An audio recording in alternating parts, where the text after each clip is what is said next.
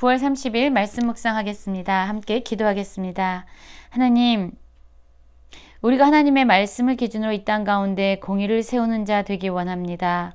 많은 사람들이 따르는 의견이라고 그것을 두둔하지 않게 하시고, 또한 상황과 환경이 불쌍하고 가난하고 소외됐다고 진리를 벗어나서 무조건 그들의 편이 되지 않게 하여 주시옵소서. 눈에 보여지는 것에 요동하는 자들이 아니라 오직 우리가 분별하는 참된 기준이 하나님 말씀임을 기억하게 하시고 그 말씀으로 이 땅 가운데 진리를 세워가는 저희 모두가 되게 하여 주시옵소서. 예수님 이름으로 기도했습니다. 아멘. 오늘의 말씀은 출애굽기 23장 1절부터 19절까지의 말씀입니다. 말씀을 함께 살펴보시기 전에 개인적으로 말씀을 꼭 읽으시고 묵상하는 시간 가지시기 바랍니다. 23장 1절입니다.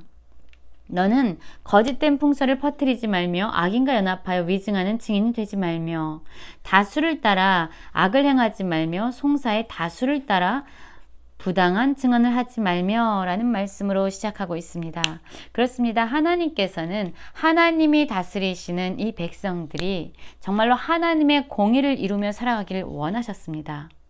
하나님의 말씀을 기준으로 이 땅 가운데 공의와 자비가 세워지길 원하신 것이죠. 그런데 어떤 사람들은 거짓으로 소문을 냅니다. 그리고 사람들의 의견을 모읍니다. 연합하고 그 숫자를 키우는 것이죠. 거짓으로 위증하는 사람을 세웁니다. 그러면 어떻게 되겠습니까? 많은 사람들이 이 거짓이 진리인지 알고 이들의 편에 설 겁니다. 그러면 이 거짓으로 말미암아 거짓된 소문으로 말미암아 또한 위증하는 증인이 또한 악인이 연합하여 다수를 이루게 됩니다. 우리는 이런 말을 많이 듣곤 하는데요. 다수결의 원칙이라는 말을 듣습니다. 다수의 사람들이 따르는 그 의견이 기준이 되는 그러한 것, 그것이 다수결의 원칙이라고 말하는데요. 사실 하나님께서는 이러한 다수의 사람들이 따르는 의견이라고 해서 이 땅 가운데 공의를 세울 수 있는 것은 아니다라고 말하고 있습니다. 많은 사람들이 따르고 있지만 어쩌면 그것은 거짓과 악을 행하도록 조장하는 의견일 수 있다는 것이죠.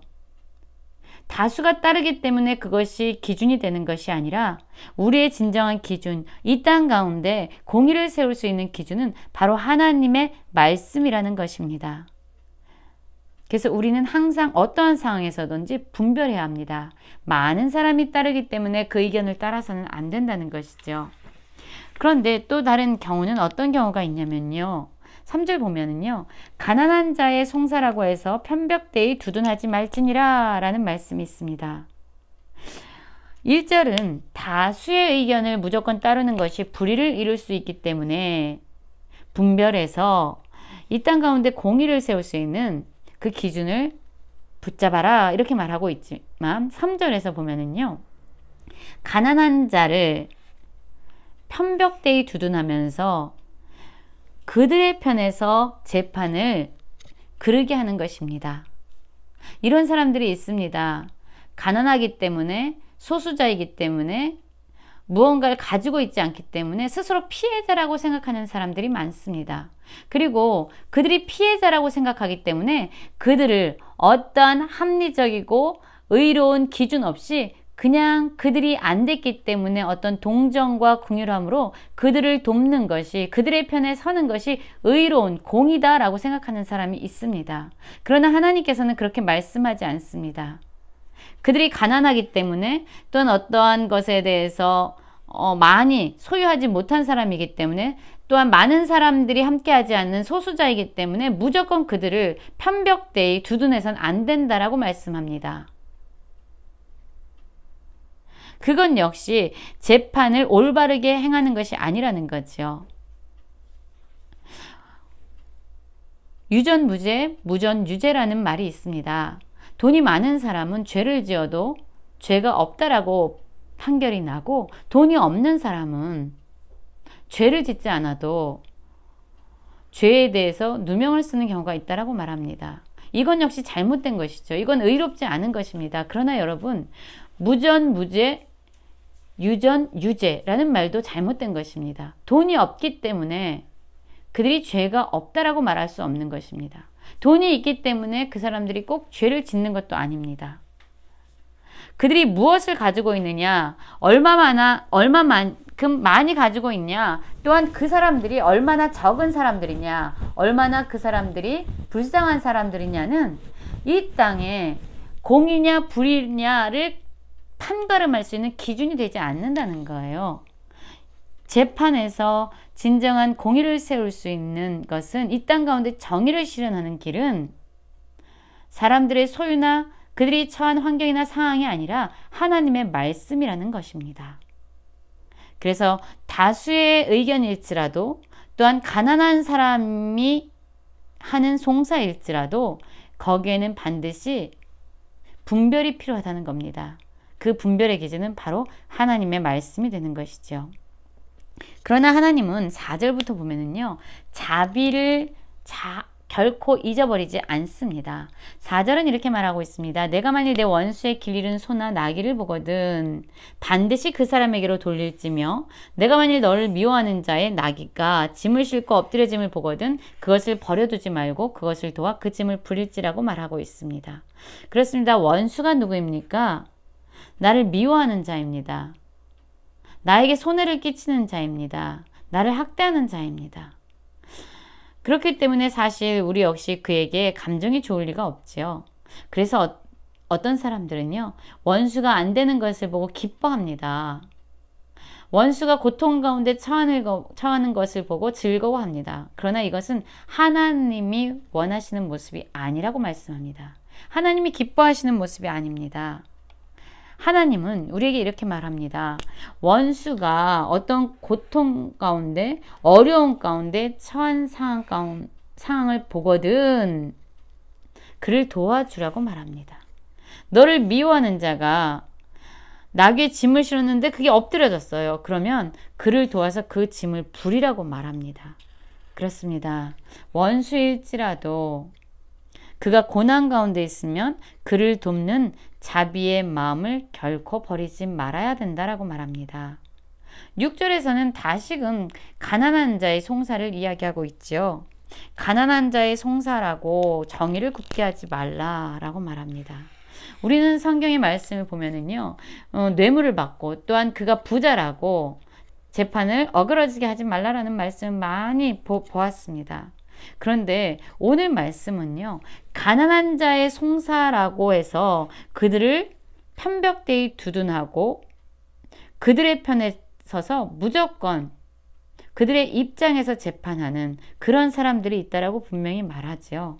그건 역시 이 땅 가운데 하나님의 공의와 정의를 이루지 못하게 하는 그러한 잘못이기 때문에 우리는 어떤 경우에서든지 하나님의 말씀을 기준으로 분별하는 지혜를 가져야 될 것입니다.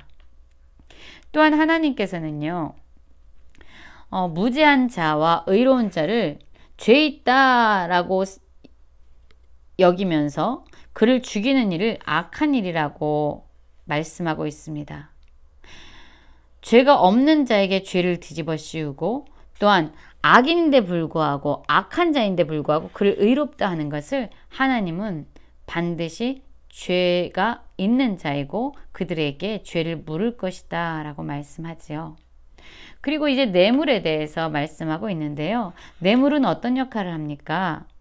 하나님의 지혜로 공의롭게 재판할 수 있는 자들은 이 뇌물을 받고요, 눈이 어두워지게 됩니다. 분별할 수 있는 힘을 상실하게 되는 것이죠.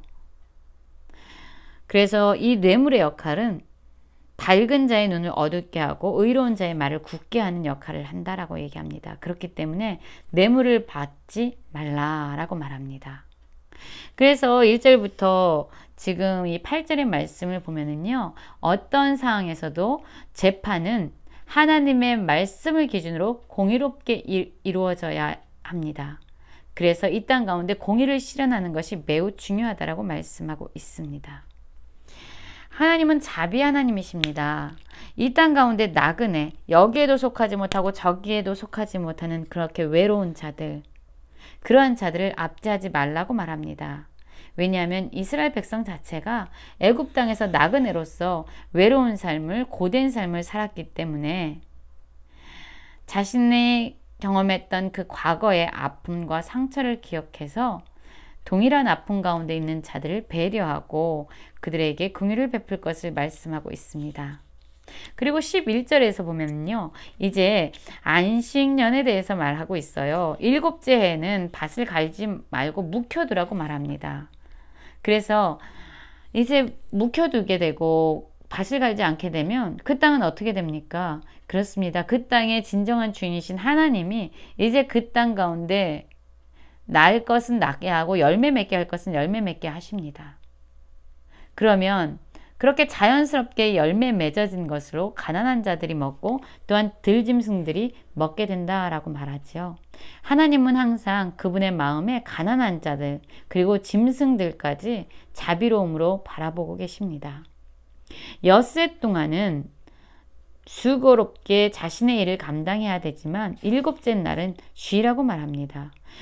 그 쉼은요, 주인뿐만 아니라 소나 낙이나 모두 여종과 자식과 나그네 역시 쉼을 쉬라고 말합니다. 진정한 쉼은요, 하나님이 우리 공급의 근원자이십니다 라는 것을 믿을 때에만 우리가 누릴 수 있는 것입니다. 그래서 참된 쉼과 안식은 하나님에 대한 온전한 믿음으로만 가능한 것이죠. 하나님께서는 또한 14절부터는 이제 절기에 대해서 말씀하는데요. 무교절 를 말씀하고 있고요. 이 절기는 애굽에서 하나님께서 이들을 구원하신 것을 기뻐하면서 드리는 그러한 날입니다. 그리고 맥추절이 있습니다. 수고함으로 밭에 뿌린 것의 첫 열매를 거두는 날이죠. 그리고 수장절이 있습니다.